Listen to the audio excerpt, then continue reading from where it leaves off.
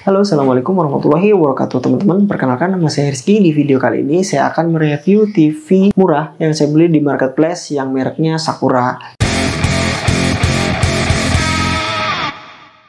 Jadi TV ini saya beli untuk menggantikan TV anak saya yang rusak ya. Karena sebelumnya saya pakai TV tabung yang gambarnya itu menurut saya kurang bagus ya, untuk dilihat itu juga kurang sip. Terus desainnya juga gede. Jadi akhirnya saya cari TV yang harganya murah, terjangkau, dan juga desainnya lumayan enak dipandang gitu ya. Nah, inilah kenapa saya beli Sakura. Sakura ini merupakan merek Cina sih kayaknya. Cuman dia desainnya udah lumayan bagus. Untuk ukuran dia udah 24 inch. Desainnya juga udah lumayan oke karena bezel-bezelnya udah tipis. Untuk powernya juga dia udah lengkap. Dia ada RCA, bisa digunakan untuk TV, dan dia juga udah ada port HDMI, jadi bisa digunakan untuk monitor. Oke, jadi untuk di kardusnya TV ini nih tulisannya resolusinya adalah 1080, tapi dicek itu kayaknya nggak sampai 1080 ya, kayaknya 2720 ya. Karena kita bisa lihat di sini pixel-pixelnya kalau diperhatiin itu masih kelihatan. Jadi kayaknya ini nggak 1080p, cuman untuk harganya ya termasuk worth it sih, karena dia menawarkan harga yang cukup murah. Nah, ini sekarang saya colokkan di PC ya, karena kalau di ruangan ini itu nggak ada kabel untuk antena. Jadi biasanya saya taruh di kamar, saya pakai untuk anak saya nonton film-film kartun atau lain sebagainya yang ada di TV.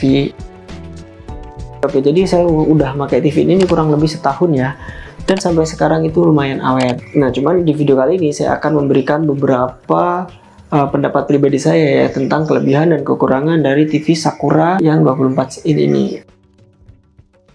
Oke, kita masuk ke kelebihannya dulu ya. Seperti yang saya singgung di awal, ini desainnya udah bagus, udah tipis, terus bezel-bezelnya udah tipis, bentuknya juga udah bagus dipajang. Dia udah dapat dua kaki-kaki yang bisa kita gunakan untuk meletakkan TV ini di tempat yang datar, misalnya di atas meja. Terus kelebihan yang kedua, harganya murah. Ini saya dapatkan dengan harga 1.100.000. Dia udah lengkap ya teman-teman, udah bisa langsung kita colok untuk nonton TV. Oke, jadi saya beli ini yang belum digital, tapi tidak usah khawatir kalau misalnya pengen digunakan untuk nonton TV secara digital. Teman-teman bisa langsung klikkan alat untuk antena digital ya, jadi tinggal colok aja, nanti udah selesai bisa digunakan. Kalau sekarang saya masih menggunakan parabola dari Cavision ya.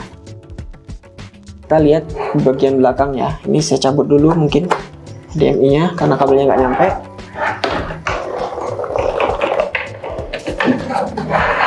Nah, untuk desain bagian belakangnya itu seperti ini teman-teman. Kayak gini bentuknya. Di belakang sini, di bawah ini ada beberapa jack yang bisa kalian gunakan ya. Di sini ada kabel power yang langsung ditanam gitu, jadi bukan model lepas pasang. Di sini ada VGA untuk komputer, di sini ada untuk HDMI untuk komputer juga, dan di sini ada 3 port untuk RCA ya. Jadi bisa kalian gunakan langsung untuk TV model lama. Terus di sebelahnya ini ada jack untuk earphone, jadi bisa digunakan untuk mendengarkan lagu langsung di sini gitu. Dan dia juga udah ada speakernya sih sebenarnya, walaupun speakernya menurut saya masih kurang bagus karena kecil. Terus TV ini juga bisa kita gunakan untuk menonton melalui hard disk atau flash disk ya, karena di sini udah ada lubang untuk USB.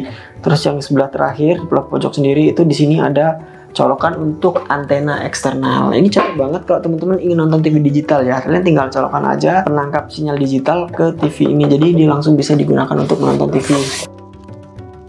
Selanjutnya adalah tombol-tombolnya. Di sini ada beberapa tombol yang bisa kalian gunakan ya.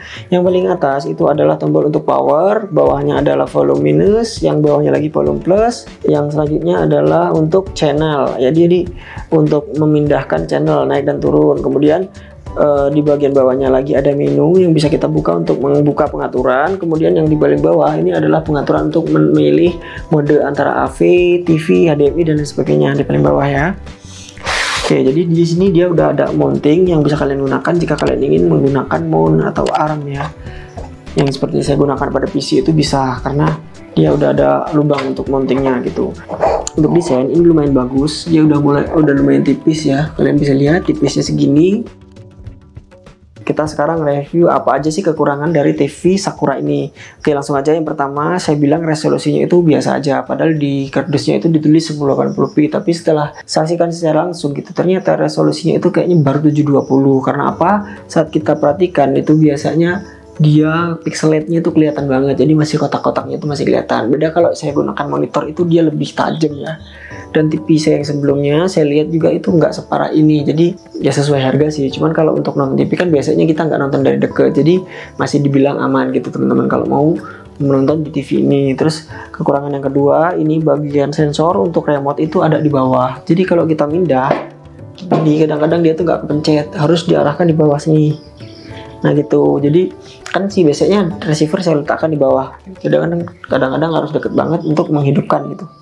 Kalau enggak dia nggak bisa gitu karena ketutupan kan sensornya di bawah. Itu sih kekurangannya ya. Terus untuk kekurangan selanjutnya suaranya. Untuk suara dari TV ini nih kurang bagus ya karena sember gitu ya, tapi sesuai harga sih teman-teman. Harganya cuman 1 juta ya, lumayan lah, udah termasuknya lumayan. Tapi kalau misal kalian pengen bagus, kalian bisa beli speaker eksternal yang kalian colokkan ke TV ini supaya suaranya lebih bagus gitu. Tapi untuk masalah gambar sih udah ya cukup lah untuk TV, nggak terlalu jelek dan nggak terlalu bagus juga gitu. Tapi kalau dibandingkan dengan monitor saya yang harganya 1,5 juta ini ya tentu aja masih menang monitor saya. Ini monitor Acer yang saya udah pernah bikin video reviewnya, silahkan cari di channel ini, ada saya juga pernah bikin videonya.